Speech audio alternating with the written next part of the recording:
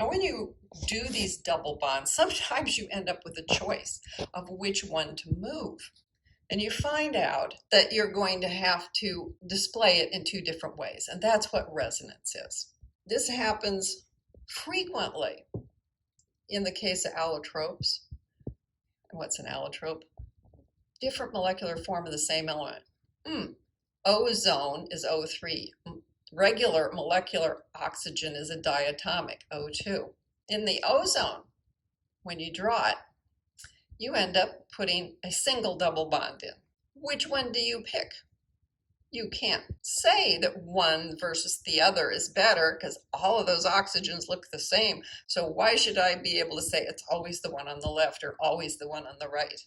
Furthermore, what's very interesting is that you can go and do some spectroscopy and detect these bonds. Now, if one of them was actually a single bond and the other was a double bond, they would respond differently. You would have two different frequencies of light that you would observe in ozone. And the fact of the matter is, no, you observe only one. So that leads us to say that neither of these structures is actually accurate. It's a model, it's not the real thing. The two bonds actually are equivalent in length and strength. And as much as you expect to know what the single bond is doing and what the double bond would be doing, what you find is that the actual length is intermediary between what a single would do and what a double would do. And the strength of it, how much effort you have to apply in order to pull it apart, is also intermediate to what it would be between the single and the double. So these have to be combined in what is called a resonance structure so that you have given proper deference to that fact that they're actually sharing them in a different way than what our model looks like. So let's go on with some more about resonance structures. Since these delocalized electrons can hop around from one atom to another, okay, all right, well, we were pushing them around, so why not?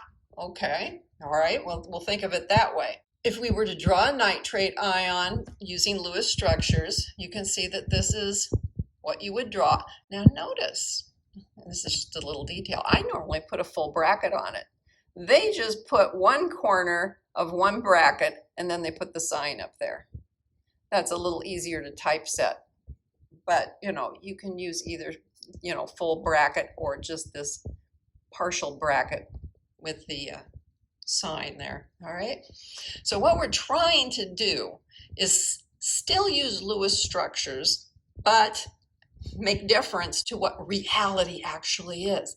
And that's what I'm saying here. Why would one oxygen be different than the others?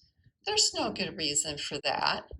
I mean, because I've flattened this, it might look like this one in the middle might be special, but it's not, okay?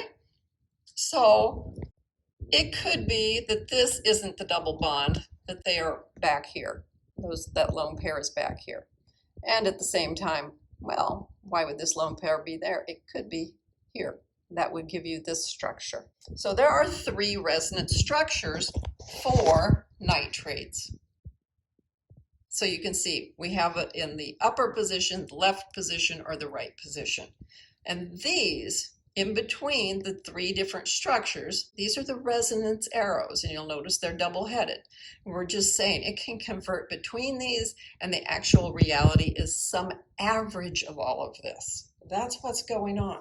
So I just wanted to say here with 9 star that we know information about what a single bond between nitrogen and oxygen looks like, and we know information about what a double bond between them would look like as far as the length and the strength. But what we find if we put nitrate into a spectrographic experiment is that the bonds in the nitrate are intermediary between these. NO is weaker than N double bond O, but the actual bonds in the nitrate are intermediary as far as their strength, and they are intermediary as far as their length.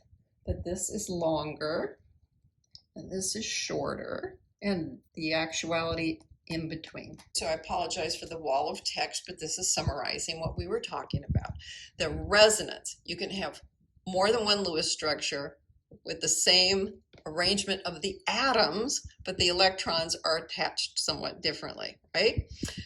This results from delocalization. Those bonding electrons aren't nearly as localized as what we said they were. When we say they're in that bond, we're being a little overly optimistic about where they actually are.